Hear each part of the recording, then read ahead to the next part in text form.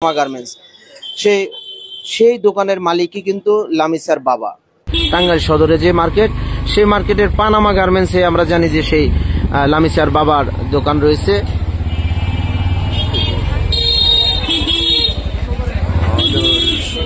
Panama garments আপনারা দেশ এবং বিদেশ থেকে অত্যন্ত আলোচিত একটি বিষয় লামিসা এবং সোহাগের বিষয়, যে লামিসা সোহাগকে ভালোবেসে সোহাগের কাছে থাকার জন্য অনেক চেষ্টা করতেছে, কিন্তু সোহাগ রয়েছে জেলে। এত কিছুর পরে সেই লামিসার বাবা কেন মেনে নিচ্ছেন না? আমরা সরাসরি লামিসার বাবার কাছে আমরা জানবো, যাব সেই পানামা গার্মেন্টস।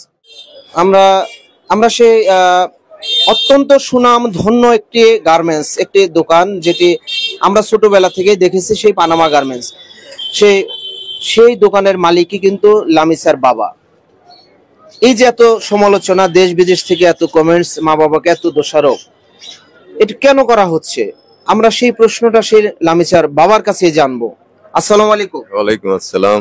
একটু পরিচয় দিয়ে কথা বলেন। আমার নাম হলো আবু শহীদ লোমান, আমি হলো লামিসার বাবা।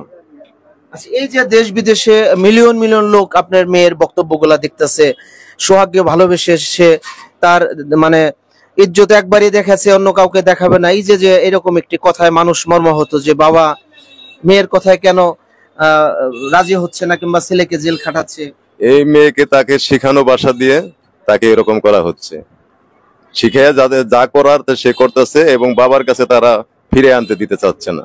এইভাবে তারা গোপনে তাদের প্রতিবেদন দিচ্ছে। তো আসলে মেয়ে হিসাবে আপনার কাছে আসলে ওইরকম ভাবে কি একটু আপনার মন গলানোর চেষ্টা করেনি?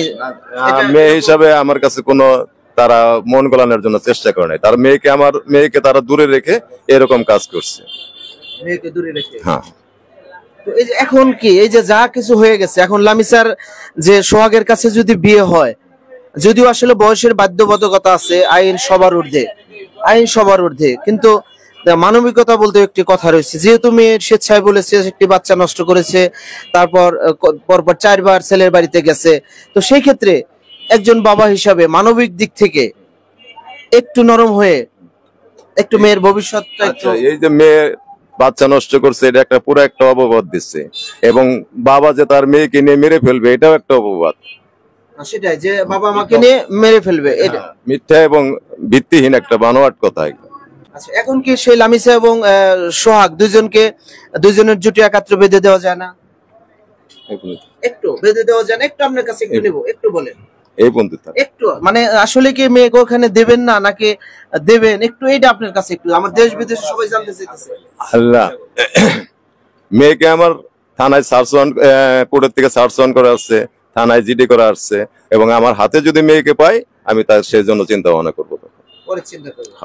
কিন্তু তারপরে একটু না, সেটা তো আশ্বাস বিশ্বাস পেলেই তো বললাম, আমার মেয়ে আমার হাতে না পেলে তো আমি এটার সাথে আর কোনো কিছু করতে পারি না। আমার মেয়েকে তো তারা গুম করেও ফেলতে পারে। অনলাইনে লাগ করলে আমি আমার মেয়ের খোঁজ পাই নাই, যেহেতু আমার থানায় জিডি করা আছে, সার্চ ওয়ারেন্ট করা আছে। তারপরে মেয়েরা তাহলে পুলিশ কি করে? এই যে আমরা মেয়ের সাক্ষাৎকার নিয়ে নিউজ করি, কিন্তু পুলিশ পাচ্ছে না, তাহলে কি এটা পুলিশের ব্যর্থতা মনে করছেন? সেটা আমি বলতে পারি না, পুলিশের সেটা কি হয়েছে সেটা তারাই জানে, যারা নিউজ করছে। আপনার এলাকা সমাজ কিংবা মেম্বার চেয়ারম্যান তাদের নিয়ে একটু যদি আমি একটা বসার ব্যবস্থা করি, একটু আপনি সেখানে একটু বসবেন? আচ্ছা, ঠিক আছে বসবো। আমার এলাকার মেম্বার চেয়ারম্যান নিয়ে বসলে আমি বসবো, আমার এলাকায়, অন্য কোনো জায়গায় না। আসলে কিছু কিছু ঘটনা আসলে প্রচার করলে অনেক করা যায়, কিন্তু সমাধানের জন্য যদি কেউ একটু ছোট হয়ে এলাকাবাসীর কাছে যে যদি সামাজিক ভাবে কিছু বসতে চায়, তাহলে কিন্তু অনেক বড় বড় ঘটনা সহজে সমাধান হয়ে যায়। আর সেই কাজটি অপরাধ প্রকাশ চ্যানেল থেকে আমরা করব। আমরা যাব এলাকার জনপ্রতিনিধি, এলাকার সমাজের যারা রয়েছে তাদের নিয়েই আমরা একটি বসার পরিবেশ করব। লামিচাকেও সেখানেই হাজির করব। যদি লামিচা পালিয়ে সারা জীবন থাকতে চায়, সেটি লামিচার ব্যাপার। আমরা সামাজিকতার দিক থেকে আমরা চেষ্টা করব লামিচাকে প্রেজেন্ট রেখে সামাজিকভাবে বসা। আসসালামু আলাইকুম। ওয়ালাইকুম সালাম। আসসালামু আলাইকুম। আমরা একটু পরিচয় দিয়ে। আমি সার্জেন আসগর, রিটায়ার্ড, বাংলাদেশ সেনাবাহিনী। এখন বর্তমানে আমি দৈনিক আকাশ বার্তার সাথে সহ সম্পাদক হিসাবে দায়িত্ব পালন করছি। আমার বাড়ি পোড়াবাড়িতে। পোড়াবাড়ি। এই যে লামিসার বক্তব্যে আপনার কথাও তো দোষারোপ করছে যে আপনারাই তাকে বিভিন্ন ভাবে উস্কানি দিয়ে কিংবা ভুল পথে চালাচ্ছেন, এই যে যে কথাগুলো বলে, তাহলে এটাকে একটু সমাধান করা যায় না ভাই? এই বিষয়ে যে আপনাকেও দোষারোপ করা হয় যে আপনি লামিসার বাবাকে ভুল পথে চালাচ্ছেন, এবং রাসেল ভাইয়ের কথা বলা হয় যে তারা ভুল পথে চালিয়ে আমার বাবাকে আপোষ হতে দেয় না, আসলে এই ব্যাপারে কি একটু সমাধান? এটা সম্পূর্ণ শিখানো কথা, বানোয়াট কথা। আমার মেয়ে নাই, 2টা ছেলে। আমি এই মেয়ের মতো আদর করি, ছোট সময় থেকে তাকে ভালোবাসে আসছি মেয়ের মতো। এদের ফ্যামিলিতে যে কোনো কাজ হলে আমাকে জানায়, আমি তাদেরকে সবসময় আপদে বিপদে সবার পাশে থাকি। এটা সম্পূর্ণ বানোয়াট কথা। যার মেয়ে সে যদি না দেয়, এখানে মানুষ শিখে কোনোদিন মেয়ে দিতে পারে না। এটা সম্পূর্ণ বানানো কথা। তো এটা আমি জানি যে আপনি আপনার ভাই বর্তমানে দান্না ইউনিয়নের ভারপ্রাপ্ত চেয়ারম্যান হিসেবে দায়িত্ব পালন করতেছে, অত্যন্ত মানে সুনামধন্য একজন মেম্বার ছিল। তো সেই ক্ষেত্রে আপনারও অনেক প্রশংসা শুনেছি যে এলাকায় অনেক বড় বড় ঝামেলা হলে আপনারাই সামাজিক ভাবে সেটা সমাধান করেন।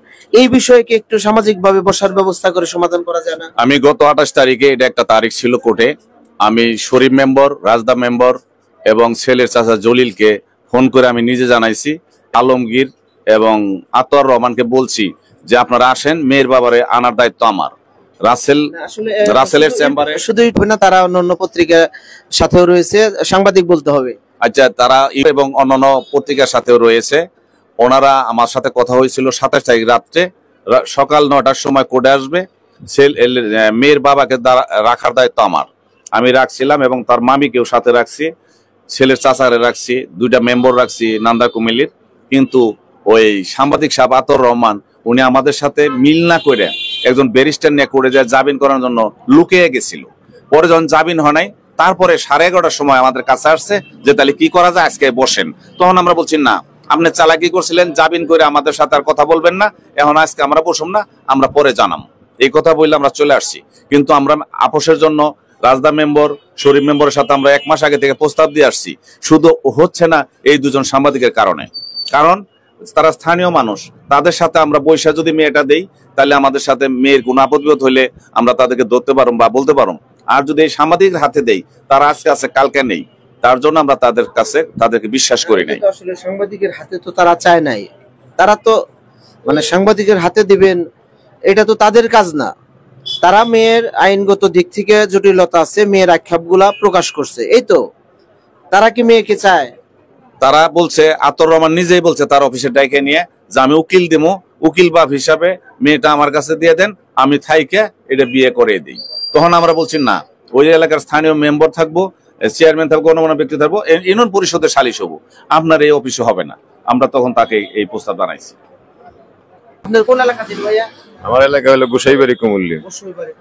আপনাদের মেম্বারের নাম কি? আমার নাম হলো সুমন মেম্বার। চেয়ারম্যান তো এখন বর্তমানে কোনো চেয়ারম্যান নাই। সুপ্রিয় ভাই বোনেরা, এখানে কিন্তু কি কি মামলা করছেন আপনি? আমি নারী নির্যাতন মামলা করছি, নারী শিশু দর্শন। তো বাবাই মামলা করলেও মেয়ে কিন্তু বলেছে আমি নিজের ইচ্ছায় তার সাথে গিয়েছে, 4 বার গিয়েছে, এরকম। তো যাই হোক, আইন সবার ঊর্ধ্বে, বয়সের বাধ্যবাধকতায় আসলে অনেক দিক থেকে চেষ্টা করলেও এই ব্যাপারে কিন্তু মানববন্ধনও হয়েছে। সেই সোহাগকে সবাই টাকা তুলে ইতালি পাঠাবে, এই দেশে থাকবে না, এমন কথাও কিন্তু এলাকাবাসী বলেছে। এই সোহাগের জন্য কিন্তু মানুষ কিন্তু একাত্র হয়ে অনেক চেষ্টা করতেছে, কিন্তু কথা একটাই যে আইন সবার ঊর্ধ্বে, আইনের জটিলতায় সোহাগের জামিন হয় না। তাই এই 2 পরিবারের মধ্যে মীমাংসা হলে সেই মামলাগুলা উঠে যাবে।